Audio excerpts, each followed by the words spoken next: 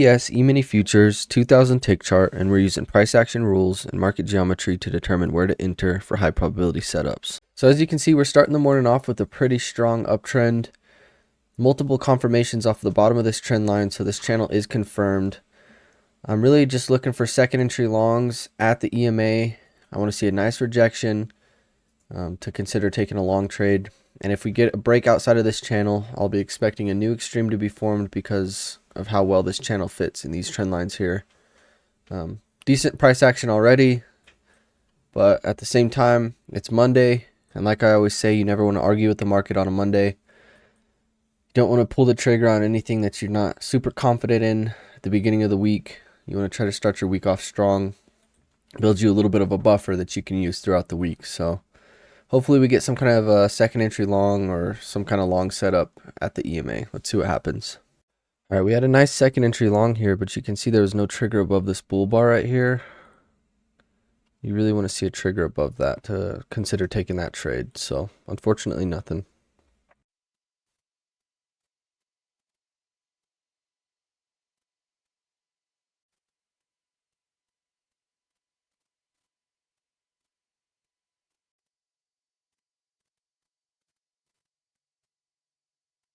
All right, guys, coming back as I took this trade.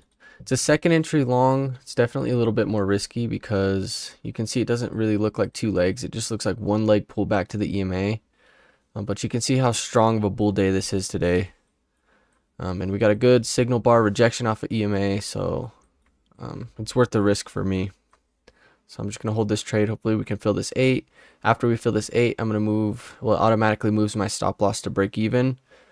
And then if I fill the 16, then I have this one contract left to manage as a runner. So hopefully this trade works out. Let's see what happens.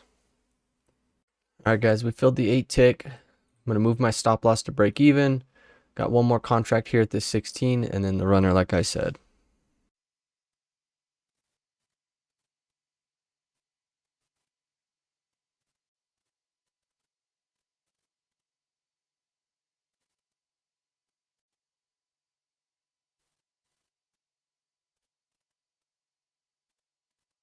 All right, guys, I went ahead and moved my stop to 8 here, just in the off chance that there's some kind of trend, something like this that has break and new high already. Because after new highs created, we can expect a correction or reversal. So there's a good chance that if there's a smaller uptrend here, we already created new high and it's going to reverse back down. So I'm just trying to lock in some profits. All right, guys, we filled the 16, so I'm just going to start managing this runner now.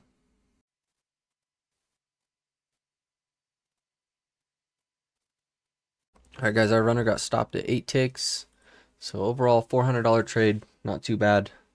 It looks like that might have been new high created for that smaller channel, but I'm going to see if this bottom trend line holds. All right, guys, it looks like there is some potential wider uptrend, considering if we had that smaller one and it had break and pushed a new extreme, we shouldn't have this strong rejection off of EMA. But I'm about to take my break, so when I come back from my break, we'll see what we think the price action is.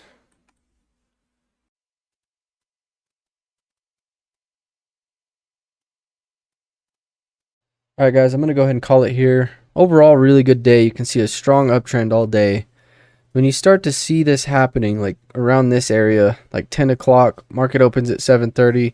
At around 10 o'clock, if you see that you make a new high for this initial uptrend, and then it just keeps working higher and we can't stay below EMA for very long, you really got to like press on the gas on these days. You can really make some good money if you can kind of, like in strong trends like this, you can kind of ignore some of your rules. And that's why it helps to have this second chart as well. So it's the same bias and same market direction, but you can see the bars are different, right? Like we have a new low, first entry short, pull back, second entry short, failure. I actually took this trade as well on this chart. Really, really good trade. Let me get this green market. So you can see perfect failed second entry short. This uptrend just had break. You can even draw a downtrend, something like this. It doesn't really fit. Probably even something like this. would work a little better.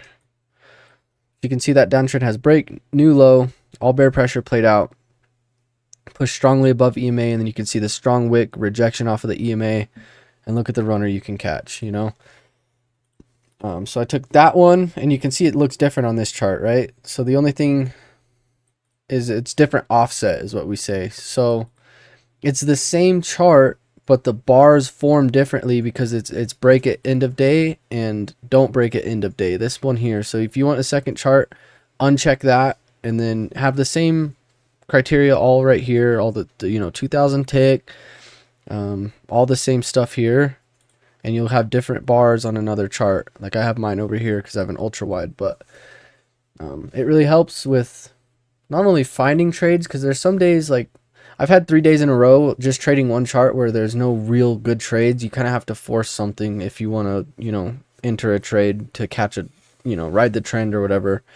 So having a second chart allows you to enter on the trades when the bias is super strong, but your main chart didn't form what you wanted it to. So if you guys have any questions, feel free to leave them in the comments. Feel free to subscribe. I'm going to be uploading every weekday my live charting session. Thank you guys for watching, and good luck with your trading.